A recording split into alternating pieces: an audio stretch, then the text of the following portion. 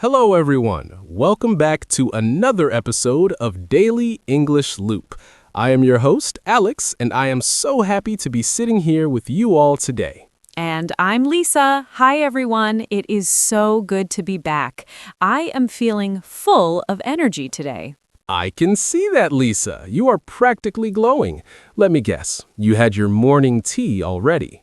You know me too well, Alex. I had a delicious cup of matcha green tea this morning. It really wakes me up and makes me feel ready to conquer the day. What about you? How are you feeling today? I am doing great, thank you.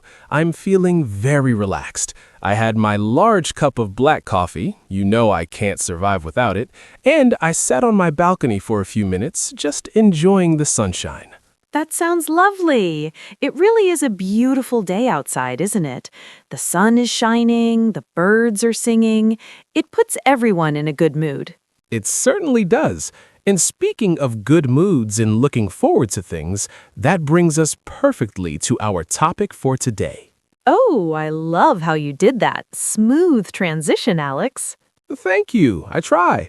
So, Lisa, can you guess what we are talking about today? Let me think. Is it about the weather? No, we talked about that last time. Is it about food? Not quite, although we will probably mention food because we always do. Today, our topic is talking about the future.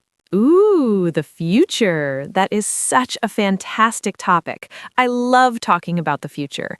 It is all about dreams and plans and what comes next. Exactly. Whether it's what you are doing tomorrow or what you want to do in 10 years, talking about the future is a huge part of everyday conversation. And for our listeners, this is super important because English has a few different ways to talk about the future, and it can be a little confusing sometimes. You are right. So today, we are going to break it down. We will talk about simple plans, big dreams, and the grammar you need to use. But before we dive in, we have a quick favor to ask. Yes, to all our amazing listeners, if you are enjoying Daily English Loop, please take a second to hit that subscribe button. And don't forget to give this episode a big thumbs up, a like, and share it with your friends who are also learning English. Your support really helps us keep making these episodes for you. We appreciate it so much. Okay, Lisa, let's start small. When you think about the future, it doesn't have to be flying cars and robots. It can be just tomorrow. True, or even later today. Exactly. So tell me, do you have a small future plan for tomorrow? Let me see. Well, tomorrow is Saturday, so I have a very nice plan. Tomorrow, I plan to go to the farmer's market. Oh, that sounds wonderful. I love the farmer's market. What are you going to buy there? I want to buy some fresh flowers for my apartment, and maybe some fresh strawberries if they have them. Fresh strawberries are the best. That is a great, simple plan. What about the afternoon? In the afternoon, I think I will just relax and maybe read a book. What about you, Alex? What is your small plan for tomorrow? Well, my plan is a little bit more lazy. Tomorrow, I plan to sleep in. Sleep in? What time will you wake up? Maybe 10 a.m. or maybe even 11 a.m. Wow, that is a real luxury. And after that, I plan to fix my bicycle. The tire is a bit flat, so I need to repair it. That is a very practical plan. It is. Small plans like these give structure to our day. Absolutely. Now, Alex, did you notice the words we used just now? I did. We used phrases like I plan to or just talked about the time. But in English, there are two main helper words we use for the future. Yes, the big battle, will versus going to. This is where many students get confused. When do I say I will and when do I say I am going to? Let's explain it simply. Alex, start with going to. Okay, we generally use going to when we have a plan that is already decided. A decided plan. Can you give an example? Sure. Imagine I bought a plane ticket to New York last week. I have the ticket in my hand. So I would say, I am going to fly to New York next month. Right, because it is arranged. It is a plan. You cannot change it easily. Exactly. Or let's say you agreed to meet your friend for lunch. You texted her yesterday. So I would say, I am going to meet Sarah for lunch today. Perfect. I am going to. It means it is in your schedule. Okay, so that is going to. What about will? Will is a little bit different. We use will for two main things. First, for predictions, when we guess about the future. Like the weather. Yes, I think it will rain tomorrow. We don't know for sure, but we think so. Or, I think in the future, people will live on Mars. That is a big prediction. Yes, so that is usage number one. Usage number two is for spontaneous decisions. Spontaneous means you decide right now, in this moment. Exactly. You didn't plan it before. For example, Lisa, imagine the phone is ringing right now. Ring, ring. Oh, I didn't plan to answer it, but I decide now. So I say, I will get it.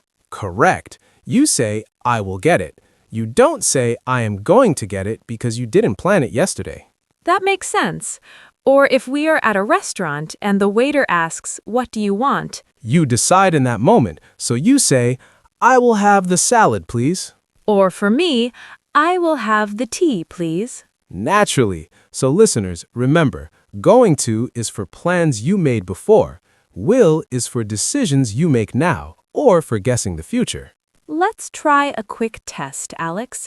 Imagine I see that your shoelace is untied. Oh no, I might trip. I want to help you. Do I say, I am going to help you, or I will help you? You decided just now, so you should say, I will help you. Correct. I'll help you. We usually shorten it to I'll. Good tip. I'll, you'll, we'll. It sounds much more natural. Okay, now that we have the grammar down, let's talk about some common future plans, things that everyone talks about. One of the biggest topics for the future is travel. Oh, yes. Everyone loves to dream about their next vacation. So, Lisa, use the future tense for me. Where are you going to go on your next big trip? Well, this is actually a real plan. Next summer, I am going to go to Japan. Wow, Japan! That has been on your list for a long time. It has. I already started saving money, so I can say I am going to visit Tokyo and Kyoto. That is exciting. I bet you will drink a lot of tea there. Oh, you know I will. I will visit every tea house I can find. What about you, Alex? Do you have any travel plans? I don't have a ticket yet, so this is just a dream, but I hope I will go to Italy someday. Italy? Why Italy? For the coffee, of course, espresso, and the pizza. That sounds amazing. So you say I will go because you haven't bought the ticket yet. Exactly. It is a desire, not a fixed plan yet. I will visit Rome one day. Another common topic for the future is career or work. Yes, people often talk about changing jobs or starting businesses.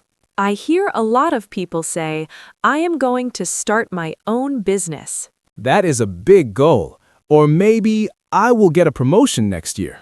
Or for students, I will graduate next June. Right, that is a very happy future plan.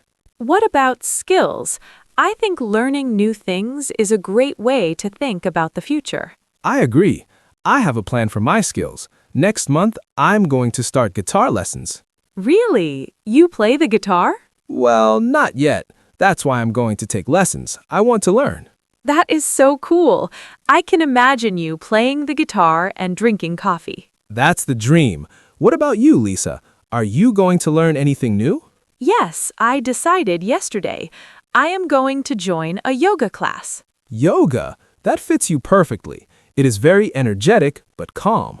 I think it will be good for me. I am going to become very flexible. I am sure you will. Now, Alex, sometimes we are not sure about the future. We don't know if we will or if we are going to. That is true. Life is unpredictable. So what words do we use then? We use might or may. Ah, yes. These are the words for maybe. Exactly. For example, I might go to the movies tonight. This means you are not sure. Right. Maybe I will go, maybe I won't. I haven't decided 100%. I might go. Or may. I may visit my parents this weekend. It sounds a little bit more formal, but it means the same thing. It is a possibility. Can we use might for the weather too?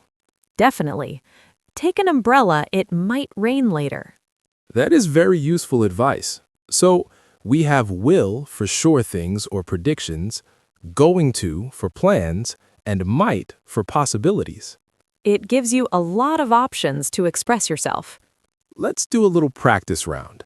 I will give you a situation and you tell me a sentence. I'm ready. Challenge me.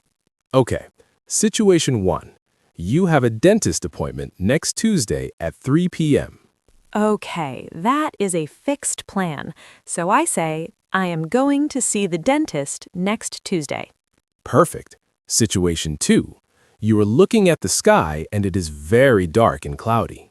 That is a prediction. So I say, it will rain soon, or maybe it is going to rain soon because I can see the clouds. Actually, that is a great point. If you can see the evidence, like the dark clouds, you can use going to for predictions too. Look at those clouds. It is going to rain. English is tricky, but yes. Okay, give me another one. Situation 3. You're thinking about what to eat for dinner, but you haven't decided. Maybe pizza? Maybe sushi? Okay, uncertainty. So I use might. I might have pizza, or I might have sushi. Excellent. And situation 4. Your friend asks you to help them move a heavy box right now. Spontaneous decision. I will help you. You passed the test, Lisa. A+ for you. Yay! I hope our listeners passed the test too. I'm sure they did. Now let's zoom out a little bit. We talked about next week and next year, but what about the distant future? The distant future, like in 10 years? Yes. People often ask big questions like, where do you see yourself in 5 years? Or what are your long-term goals? That sounds like a job interview question. It does, but friends ask it too. So, Lisa, let's get personal. What is one big hope you have for your future? Oh, a big hope. Well, I hope that one day I will write a book. A book? That is amazing. What kind of book? Maybe a cookbook, cooking with tea. What do you think? I think that sounds delicious. I would buy that book. So, that is an aspiration. Yes, an aspiration is a strong hope or a dream. My aspiration is a bit different. I hope that one day I will live in a house near the ocean. That sounds so relaxing, waking up to the sound of waves. Exactly. I will walk on the beach every morning. That is my dream. It's important to have dreams. It keeps us motivated. And it's a great way to practice English. Talking about your goals helps you learn vocabulary about your passions. True. If you want to be a doctor, you learn medical words. If you want to be a musician, you learn music words. Lisa, what about predictions for the world? Do you think the world will be very different in the future? Oh, definitely. I think technology will change everything. Do you think we will have flying cars? I don't know about flying cars, maybe, but I think we will have robots that do all the housework. Oh, please. I will buy a robot to clean my kitchen. That is my #1 wish. Me too. The robot will do the laundry. That would be paradise. See? We're using will because these are predictions. We don't know for sure. Exactly. We're guessing. So we have covered a lot of ground today. Small plans, big plans, grammar rules, and robot dreams. I think our listeners are ready to talk about their own futures now. I think so too. But before we finish, let's review the key questions you can ask people to start a conversation about the future. Good idea. If you want to chat with a friend, you can ask, "What are your plans for the weekend?" Simple and effective. What are your plans for the weekend? Or simply, what are you doing tomorrow? And if you want to know about their vacations, you can ask, where are you going for your vacation? Or if you want to be deep and philosophical, what is your biggest dream for the future? That is a beautiful question. It really helps you get to know someone. Lisa, looking at our immediate future, what are we going to do right after we finish recording? Well, right after this, I am going to have lunch. I am getting hungry. That is a solid plan. I think I will have another coffee. Of course you will. Alex and his coffee. I am a creature of habit. Well, to all our listeners, we hope this episode has made you excited about your future English skills. Yes, remember, every day you practice, you are building your future. You are going to be fluent one day. I believe that too. You will get there. Just keep practicing. And practice talking to yourself. Say out loud, I am going to open the door. I will drink water. It sounds silly, but it helps. It really does help connect your brain to your mouth. So, we have reached the end of our time today. But before we say goodbye, We have a question for you. We want you to practice right now. in the comments below, please tell us, what is one thing you are going to do next weekend? Yes. Are you going to relax? Are you going to study? Are you going to visit a friend? Use the phrase, I'm going to, and tell us your plan. We read every single comment. We love seeing what you guys are up to. It makes us feel connected to you. And one last reminder, please subscribe to Daily English Loop if you haven't already. Join our family. And share this with your friends. Let's make the future bright for everyone learning English. Thank you so much for tuning in. It was a pleasure talking about the future with you, Lisa. It was so much fun, Alex. I'm already looking forward to our next episode. Me too. Until then, keep dreaming, keep planning, and keep learning. Bye, everyone. Have a wonderful future. Bye-bye. See you next time.